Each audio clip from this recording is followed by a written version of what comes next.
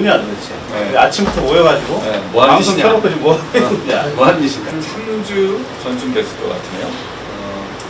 그날 금요일 날이었는데요. 우리 당에 관심 있는 분들, 당원도 좋고 지지자도 좋고 많이 오셔서 우리 당과 관련된 궁금증 얘기하고 또 서로 울분도 좀 토하고 이런 자리가 됐으면 좋겠다. 어떤 기대를 갖고 오셨는지 뭐 그런 것들 한번 들어보면 어떨까요? 저는 처음에 장윤정은 변호사님 페이북을 보고 좀 희건땀도 나오고 희건땀 땀 있잖아요. 땀 식은땀. 네, 좀 털 나는 거 있잖아요. 스냅이 난다고. 네, 스텝 나는 그래가지고 대구에서 좀 뭐긴 뭐지만 그래서 관심을 가져가지고 네. 그래서 새벽 4시에 무궁화 호를 타고 올라왔어요. 네, 정말로 대단하죠. 네, 아, 박수. 네. 이성환 씨는 페이스북을 보는데 이민호 선생님이 되게 재미있는 글을 많이 글을 참 잘 쓰죠. 정말.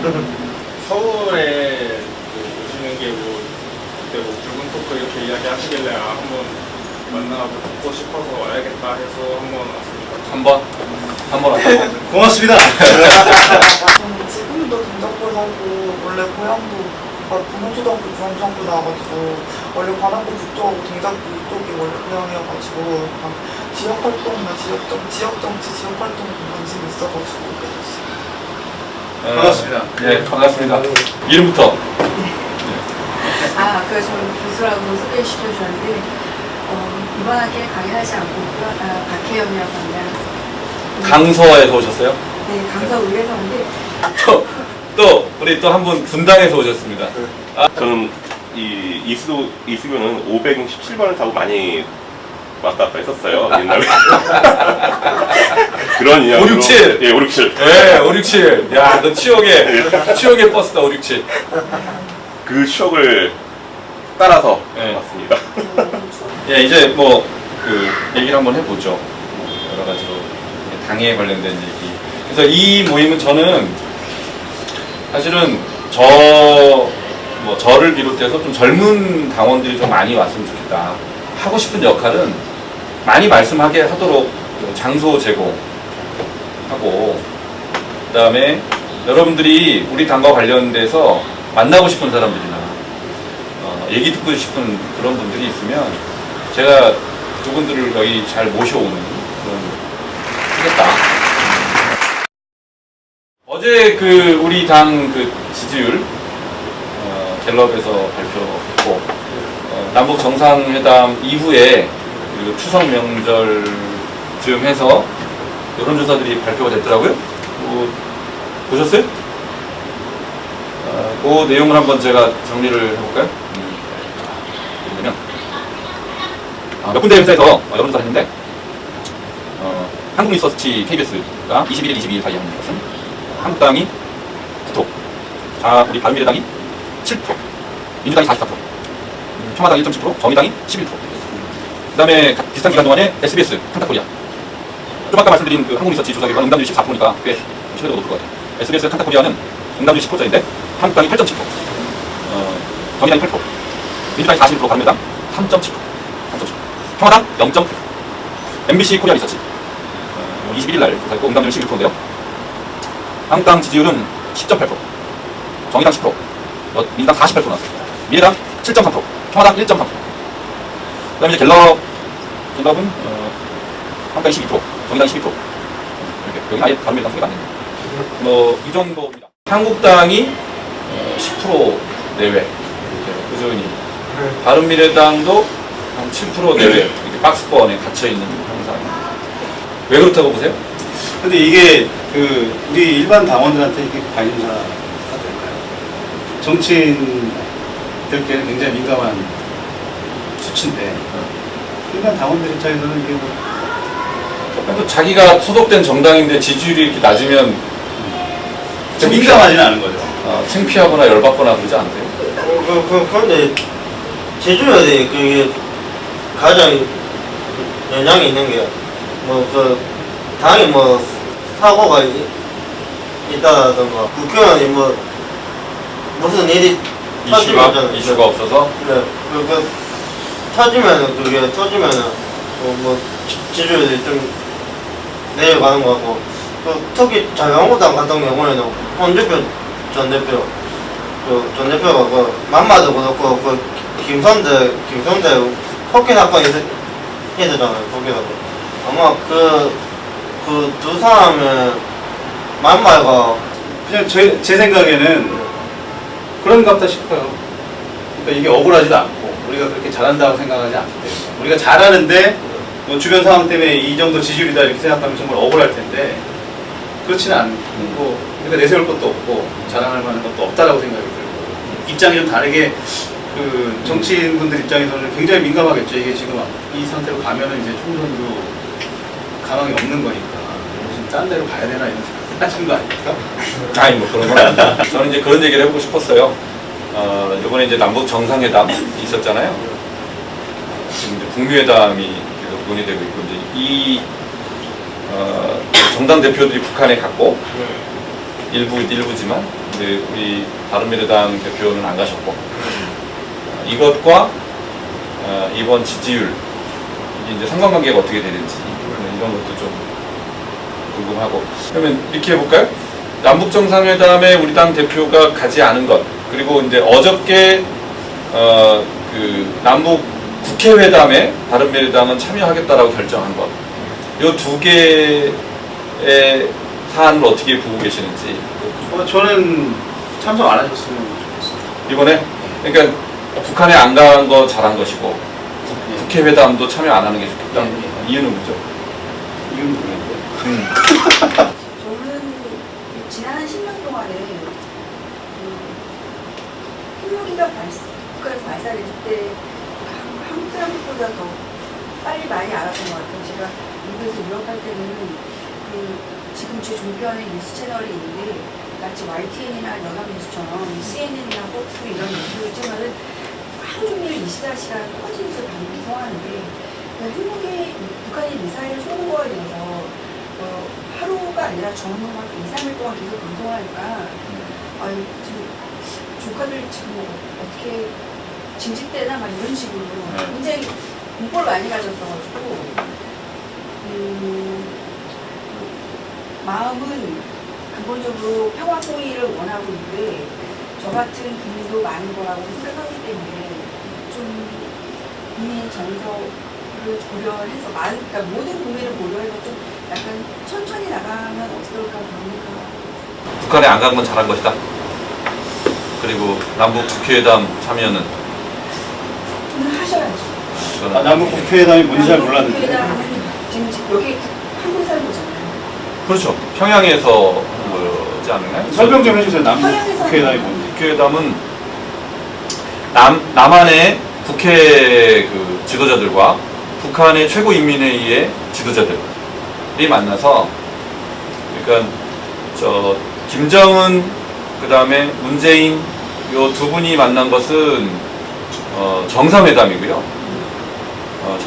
이제 뭐 우리도 상권 분립이 돼 있고 북한도 형식적으로지만 어쨌든 상권 분립이 돼 있기 때문에 정상들이 만난 것과 별도로 국회의 지도자들이 따로 만난 회담이죠. 이게 이제 남북 국회 회담인데 지난번 정상회담에 우리 손학규 대표는 참여하지 않았는데 이제 정상들이 정상들 만남에 정당 대표가 따라가는 것이 적절치 않다 이제 이런 판단이고요. 근데 이제 이번 국회 회담은 이제 그 정당 대표들과 국회 지도자들이 말하자면 주인공인 그런 회담이죠. 우리 바른미래당은 그 평양 선언에 대한 공식적인 입장이 좀 나와요. 평양 그 선언에 러프하게 대해서 뭐 나왔죠. 그날 그 수석 대변인이 대단히 비판적인 그런 병이 나왔어요. 그 얘기를 한번 들어봤으면 좋겠어요. 아니 그게 있어야 내가 얘기를 하면 괜히 정리가 되는. 괜히 영향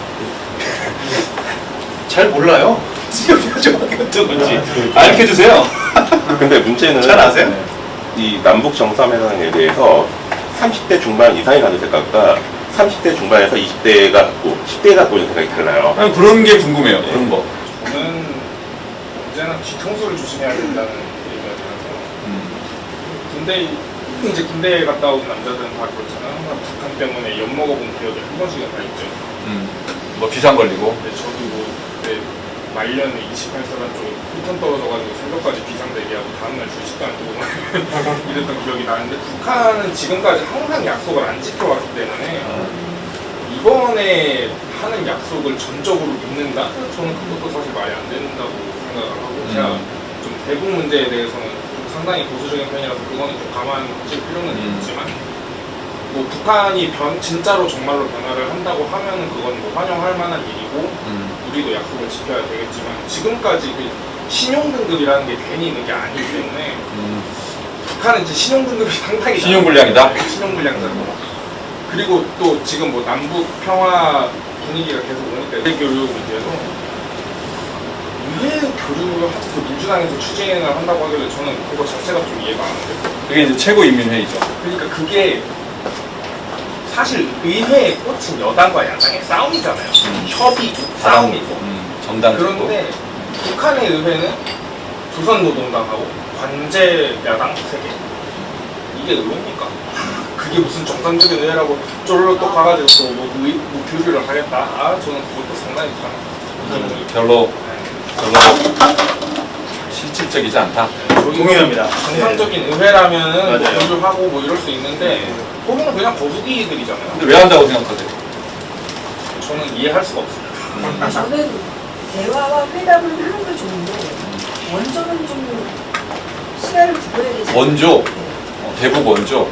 그러니까 대화와 대담과 교류, 뭐 문화 교류는 뭐 해도 해야 되는데 우리가 지원하고 뭐 북한이 인프라스트럭처를 우리 남한이 그걸 공급해야 되고 이런 문제는 완전 차원이 다른 얘기는 갑자기 동시에 뭐 선발 주자고 막 JTBC가 평양 공급을 건설한다든지 한국 아시아의 허브공항이 인천공항과 서울을 잇는 KT, 지방을 잇는 KTX가 지금 적자로 중단된 상태인데 이 북한의 KTX나 이런 철도를 우리가 왜 지금 이 논의가 왜 되는지 그리고 철도를 놓으러 갔잖아요 또 우리 한국에 있는 뭐 이런 기술자들이 가서 땅 보러 갔잖아요. 근데 이런 게 국민들로 하여금 좀 약간 불안한 느낌을 갖게 한다는 거죠. 아니 이게 우리 뒤에 지금 여기에서 약간 지금 옛날 사람인 것 같은 그런 느낌이 드는데 아니 이렇게 지금 내려오면 어떡하지 막 이런 느낌 있잖아요.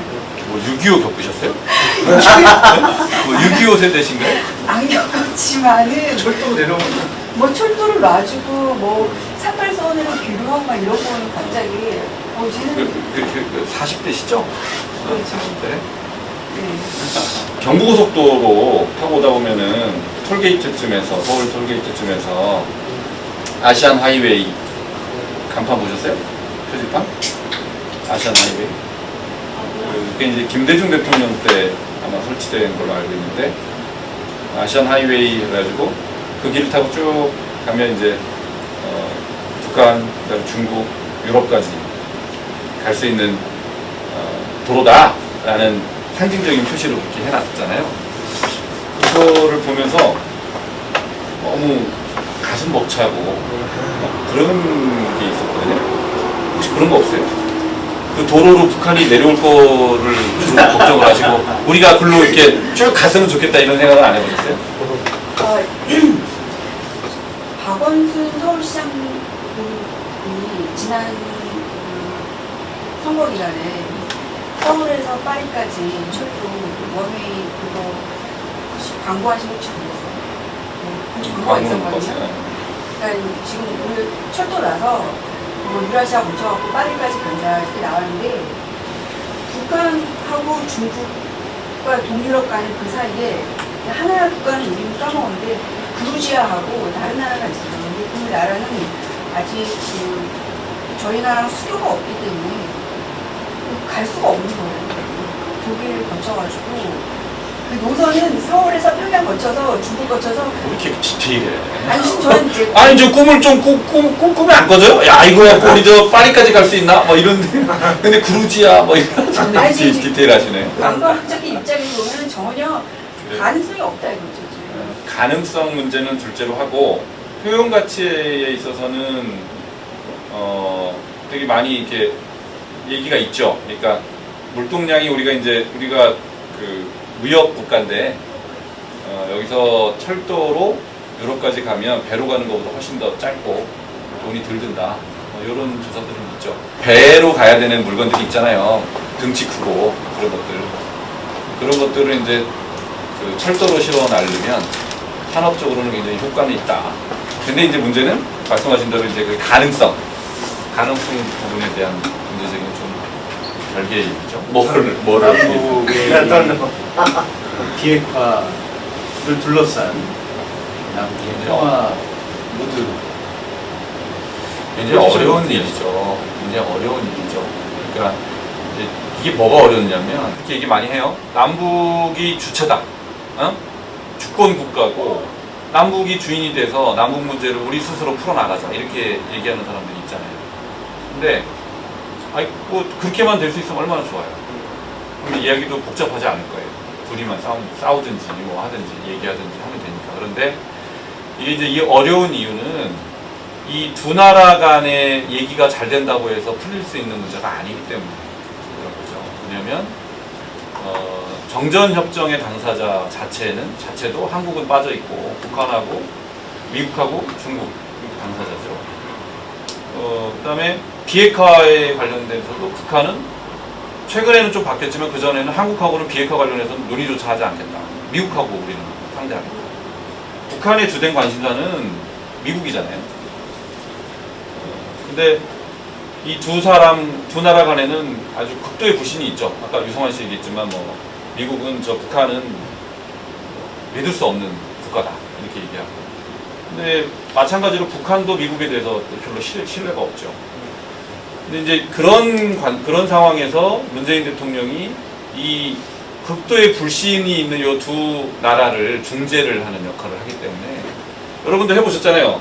싸우는 사람 중간에 서서 이렇게 중재하는 게 굉장히 어려운 일이잖아요. 그러나 우리 이제 야당의 역할은 이제 자유한국당과 우리 바른미래당의 차이라고 할 수 있는 것은 저는 자유한국당의 모든 국회의원이 그런 건 아니지만 어쨌든 자유한국당이 여태까지 걸어온 길은 통일을 그다지 원치 않는 이제 분단 상황에서 상당히 그 분단 상황을 이용해서 많은 이득을 취해온 그런 정치 세력이다 이렇게 봐요. 그러면 그죠? 하면은 여기 북한에서 갈등 관계를 조성해가지고 옛날에 북풍 사건도 그런 거 아니에요? 그래서 이제 그걸 선거에 이용해 먹고 이득을 취하고 뭐 이런 것들이 반복돼 그걸로 이득을 취해온 당이고 통일에 대해서 그다지 의지가 없는 그런 정치 세력이죠. 근데 바른미래당은 저는 그래서는 안 되는 당이고 그렇지 않은 당이다라고 저는 생각하고 있어요. 그래 통일에 대해서는 우리는 헌법이 규정하고 있는 통일 의무를 우리가 신성시하고 그걸 존중하고 거기에 따라서 실천하는 그런 당이어야 되는데 차이는 지금 민주당은 굉장히 그 북한에 대해서 상당히 감정적으로 우호적인 그런 이제 행보들을 많이 보여왔죠. 근데 우리 바른미래당은 그렇게 이제 감정적으로 휩쓸리거나 그렇게 대응하는 것이 아니라 이성적으로 통일이 제대로 될 수 있도록 견제하고 또 이끄는 그런 역할을 해야 된다.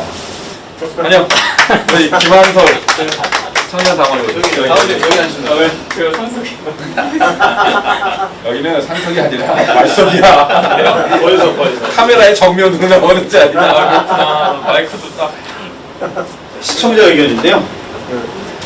이번에 바른미래당 남북국회 참여 동의도 손학규 대표의 타이밍 저주다.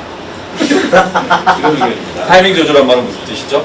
항상 좀 타이밍이 조금 한 발 늦으신다. 그러니까 그 말은 무슨 뜻이죠? 손학규가 움직이면 나라에 큰일이 일어난다는 말이 그러니까 이제 그 말은 그렇죠. 그런 좀 그 뭐라 그래? 그런 걸 뭐라 그래요?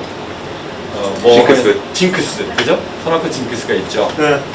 그런데 이제 그러니까 그게 무슨 말이에요? 더 빨리 움직였어야 된다는 말인가요? 근데 이게 저주라는 말이 무슨 얘는 날 거다 라는 단어가 아닐까요? 저주? 네. 저주는 아니고 뭐 저주라고 그랬어요? 지미스라고 뭐, 타이밍 저주.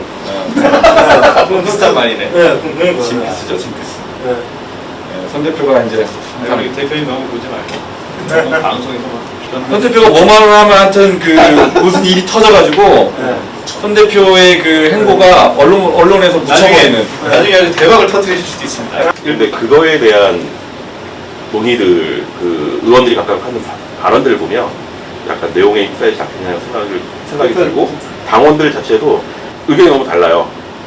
그러니까 그런 내용들은 좀 한번 이게 당에 대한 진로에 대한 문제이기도 하거든요. 제가 볼 때는. 페이스북에서 글을 읽으면 좀 글쓰기가 굉장히 두려울 정도로 사람들이 굉장히 같은 바른 미래당 안에 있는데도 아주 그 스펙트럼이 굉장히 넓은 거 넓죠. 넓어요.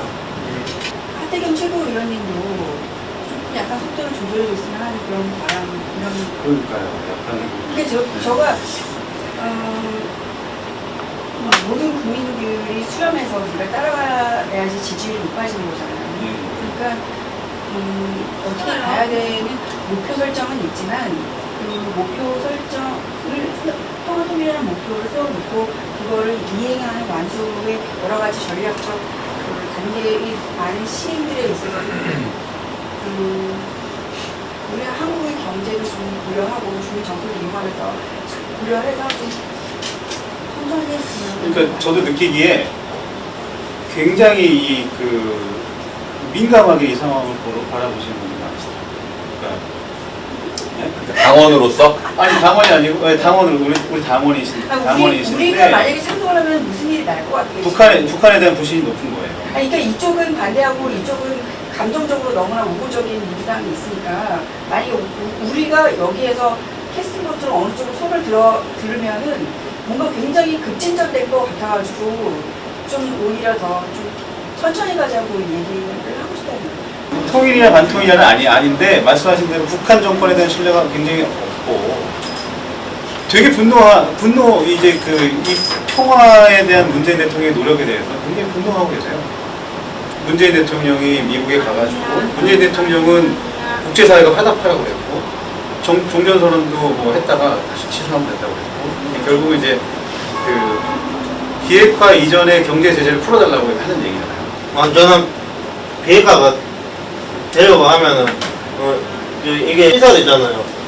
시설하고 핵하고 무기잖아요. 제가 하고 싶은 얘기는 당내에서 네. 국회 회담 참여도 어떤 결정 과정을 거쳤는지 모르겠지만 그 당의 뭐 당심을 모아내는 그런 과정도 좀 있었으면 좋겠습니다. 근데 아까 그 페이스북에 나왔던 그 얘기는 아까 장 변호사님 얘기하신 것처럼 너무 늦게 나왔다는 거고 아까 장 변호사님 말씀처럼 중재자는 물어도 좋은 점하고 하는 우리가 좀 적극적으로 이슈 제기를 하려고 나가자는 그런 취지가 돼야 되는 거예요. 사실 몇 군데 리서치에서 조사한 그 데이터를 봐보면 바른미래당을 지지하는 사람들 중에 50%, 60%가 이번 정상회담에 반대를 해요. 반대 의견이 있어요. 그런데 이게 근데 사실 그거는 바른미래당 지지자 자체가 진짜 너무 몇 명 안 되기 때문에 그렇죠. 그 중에 한 명만 찬성해도 비율이 확 올라가고 한 명만 반대. 근데 그게 이제 큰 큰 의미가 없는 것들인데 근데 문제는 여기 뭐가 되냐면 그 반대하는 층을 전부 다 보면 그게 전부 다 보수 지지자층들이에요. 자한당도 그렇고 모두로. 그러다 보니까 언론이나 다른 사람들이 볼 때 부정적인 당이다. 이런 식의 인식들이 너무 강하게. 우리 당이 통일에 대해서 부정적인 당인가요? 그건 아니고 그건 아니에요? 그건 아닌 거고 제가 보기에는 좀 포토 조절해서 하자 이런 취지지. 네, 이런 그럴 뿐이지 취지지. 부정적인 건 아니다. 네, 또 부정적인 건 아니고. 어때요? 네. 수현 씨, 통일에 대해서 부정적인 당이에요, 그 당? 그런 이슈가 저희 당 지지율에 영향을 끼친다고 생각하지 않아서. 그랬는데 지지율에 영향을 미치지 않는다? 엄청 영향을 미쳤다는 거죠. 지금 추석 바로 전에 나온 한국갤럽의 그 정당 지지율에서 저희가 4%가 나왔거든요. 네. 근데 그 4%는 바른정당 시절과 예. 국민의당 시절에서도 거의 겪어보지 못한 정당 지지율이었다는 거죠. 지금. 바른미래당이 4%는 아마 최초였던 것 같은데 제가 그 한국갤럽 했을 때 그 결과를 보니까 그 TK하고 대구 지역에서 원래 바른미래당이 한 16%, 17% 나오거든요. 근데 저희가 4% 나온 그 주에 그 양국 회랑 이 무대에 2%가 나오더라고요. TK 지역에서. TK 대구 지역에서 2%가 나왔기 때문에 우리 당이 저희 지지율이 바른미래당이 그렇죠. 왜 대구에서 그렇게 많이 떨어졌죠? 그 사람들 그런데 우리가 북한 안 갔는데? 갑자기 안 가는데 왜? 안 갔잖아. 가서 떨어졌다 그러면 뭐 그런 근데 건가? 한국당이 23%, 5%가 된 거예요. 그러니까 그래. 그러면 대구 지역에서 바른미래당을 지지했던 분들은 저보다 북한에 몰랐어요. 가기를 원했는데 안 가서 에이 이러고 그런 거예요? 그게 아니고 그 이슈에 대해서가 오히려 미온적인 입장과 이런 중간자적인 입장을 내고 있을 때 한국당에서는 굉장히 목소리를 세게 내니까 안보와 국방, 평화통 이 이슈가 나오면 양분화된다는 거예요. 국민들의 마음이. 저는 그렇게 생각해요. 대한민국 국민이면 통일에 대해서 긍정적이지 않으면 안 된다라고 생각해요. 왜냐하면 그게 우리 헌법에 평화통일 조항이 있는 나라예요. 그런 헌법을 가진 나라란 말이에요. 그렇다 그러면 뭐 일반 국민이면 모르겠어요. 적어도 정당이라 그러면 헌법 준수 의무가 있는 것이고 평화통일조항 의무를 준수할 의무가 있다. 정당은 무조건. 그래야 진짜 정당이다라고 생각해요. 근데 이제 우리 국민들은 어떠냐? 국민들은 이번에 정상회담에 대한 지지율은 되게 높죠. 우리 국민들이.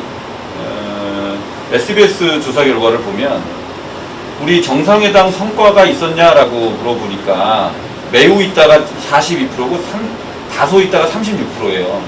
그러면 78%가 긍정적이잖아요. 이번 정상회담 성과에 대해서. 그런데 핵무기를 북한이 포기할까 이렇게 물어본 것에 대해서는 같은 조사에서 우리 국민들이 어떻게 대답했냐면 포기하지 않을 것이다가 50% 그리고 포기할 것이다가 44%. 그러니까 저는 우리 국민들이 굉장히 날카롭게 보고 있는 거예요. 이 남북 관계를 좀 민주당처럼 감성적으로 보지 않고 있다. 다수의 국민들이. 이제 기대하고 지지하지만 그렇다고 해서 막연하게 북한이 핵무기를 포기할 거다라는 그런 막연한 기대는 하지 않고 오히려 포기하지 않을 것이다 라고 현실적으로 보고 있다. 그러니까 저는 이런 국민들의 기대를 민주당이 그냥 감성적으로 막 가는 것을 견제할 의무가 우리 바른미래당이 있는 것이다. 우리 역할은 그것이다 라고 저는 생각하거든요. 정치인들이 갈랐으면 어떡하냐 지금 그런 생각도 있어요.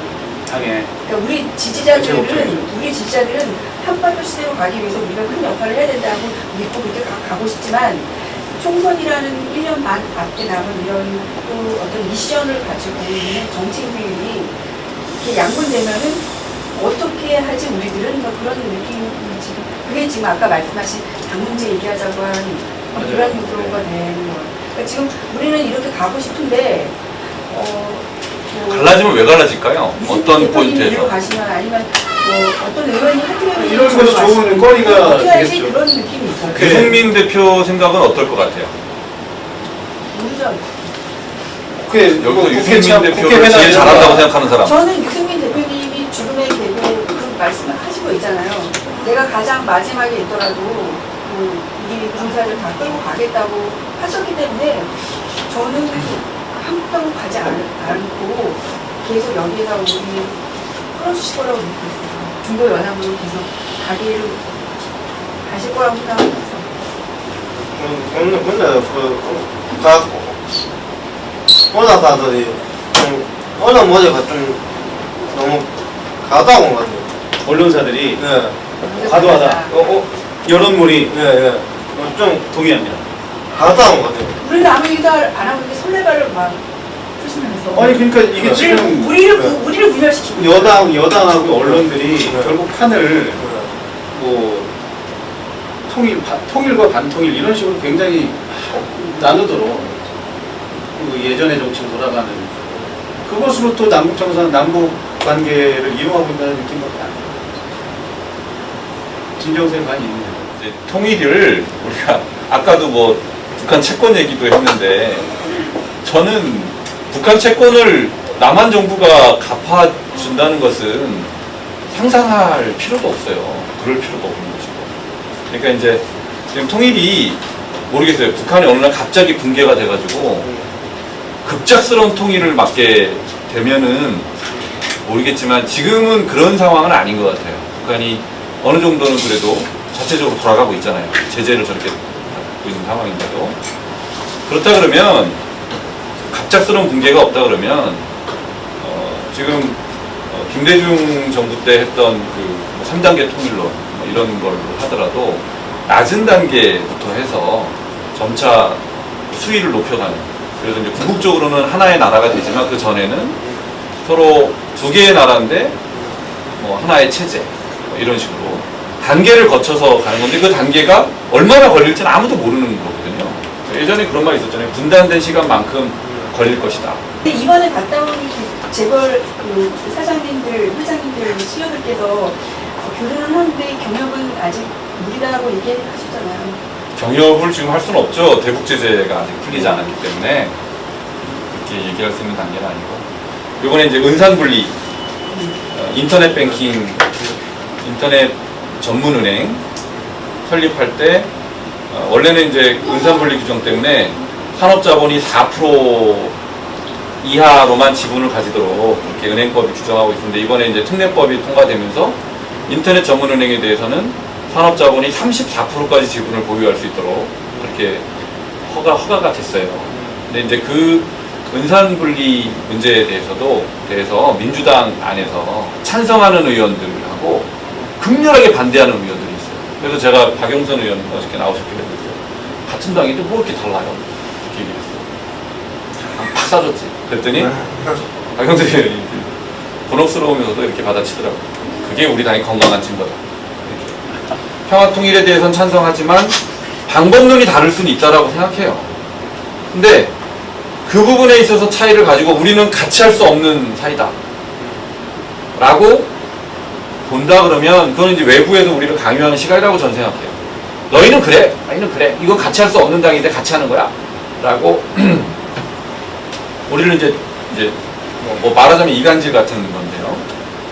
은산분리에 대해서 저렇게 다른데 우린 건강한 증거야 라고 하듯이 우리도 이 부분에 있어서 우리는 평화통일을 원하지만 방법은 차이가 있어 라고 얘기하는 것이 우리의 건강한 증거다라고 당당하게 얘기했으면 좋겠어요. 이것을 우리가 갈라져야 되는 이유다 라고 볼 수도 있는 것이고요. 이게 다양성의 증거다 라고 볼 수 있는 거예요. 저는 후자로 봤으면 좋겠다고 생각해요. 그래가지고 남한도 좀 잘못이 있다고 봅니다. 오락가락 정권이 바뀔 때마다 오락가락했던 거지. 예. 그 남북 관계 그게 터진 것도 그 북한은 뭐 약속 안 지킨 게 잘못이고. 둘 다 똑같지 뭐. 예. 그 남한은 뒤통수를 우리도 치는 거지 뭐. 정권 그 남한은 그 맨날 남북 정상회담 때 뭐 이거 하잖아 이거 하는데 그 좀 감안해둬야 되는데 그 조금 오락가락 하니까. 잘 지적을 하셨는데 이제 네. 그런 부분 때문에 예. 지난번 판문점 회담에서도 그 김정은이 홍준표를 찾았죠. 홍준표 대표는 왜 안 왔냐? 만찬장 왜 안 왔냐? 그리고 이제 이번에도 북한이 요구한 게 정당 대표 들어왔으면 좋겠다. 김정은도 잘 알고 있는 거예요. 한국은 대통령하고 합의를 한다고 해서 그게 끝나는 나라가 아니다. 북한은 이제 자기하고 약속하면 끝나는데 나만 보니까 그게 아닌 거예요. 가서 뭐 국회에서 뭐 반대해버리고 그러면. 그래서 김정은도 문재인 대통령뿐만 아니라 야당도 같이 합의를 할 필요가 있구나라는 걸 알기 때문에 지난번 이제 정권이 바뀌면은 말이 달라진다라는 것을 자기들이 경험을 하고 그것은 이제 미국도 마찬가지죠. 미국도. 그래서 이제 요구를 했는데 요번에 제1야당 대표가 안 간 거죠. 말씀드렸던 게 나만의 잘못이 잘못이라기보다는 하여튼 그 민주주의 시스템의 한계죠, 그게. 시스템의 한계죠. 오히려 그게 자연스러운 거고 북한이 그렇지 않은 게 이제 부자연스러운 거죠. 이번에 그래서 보니까 이게 북한의 그 핵폐기 있잖아요. 핵폐기하고 그게 다 폐기하는데 10년이. 폐기하는데 10년이 걸린다. 예. 그래서 어제 그 녹화할 때 외부자들의 MB 정부 때 이동관 수석이 출연을 하잖아요. 제가 이제 그 양반한테도 그랬어요. 아니 뭐 지금 문재인 대통령에서 이렇게 얘기를 자꾸 하는데 그때는 왜 안 했냐? 이 이명박 정부 때는 왜 남북 교류를 안 했냐? 이렇게 했는데 자기네들은 굉장히 엄격하게 하려고 했다. 딸려가려고 그러지 않았다. 이제 이런 취지에 다 했거든요. 근데 지금 해도 다시 그럴 거냐 만약에 그렇게 제가 질문했는데 그건 따로 비공식적으로 질문했는데 거기에 대한 좀 아쉬움은 있는 것 같아요. 정권마다 좀 내세우기 위한 그런 마음도 있겠죠. 그렇죠. 정권에서도 그런 마음이 있었어요. 왜 없었겠어요? 남북 성과를 가지고 자기 이름을 남기는 건데. 그런데 그런 유혹을 떨쳤다는 걸 되게 자랑스럽게 생각해요. 그 당시에 북한에서 많은 제의가 있었다 그래요. 그런데 거기에 대한 이제 반대 극복을 요구를 했는데 자기네들은 그런 식으로 안 하겠다라고 거절을 한 것에 대해서 2007년도 뭐 여러 차례 그게 있었다 그래요, 제안이. 근데 그 부분에 있어서 그렇죠. 그러니까 우리가 보기에 북한의 입법부는 무용지물인데 형식적인 건데 북한이 보기에 남한의 입법부는 의미가 있는 거죠. 그래서 이 남북 국회의회담이라는 것이 전혀 의미가 없는 건 아니다라고 볼 수 있는 거예요. 그래가지고 뭐 한번 해가지고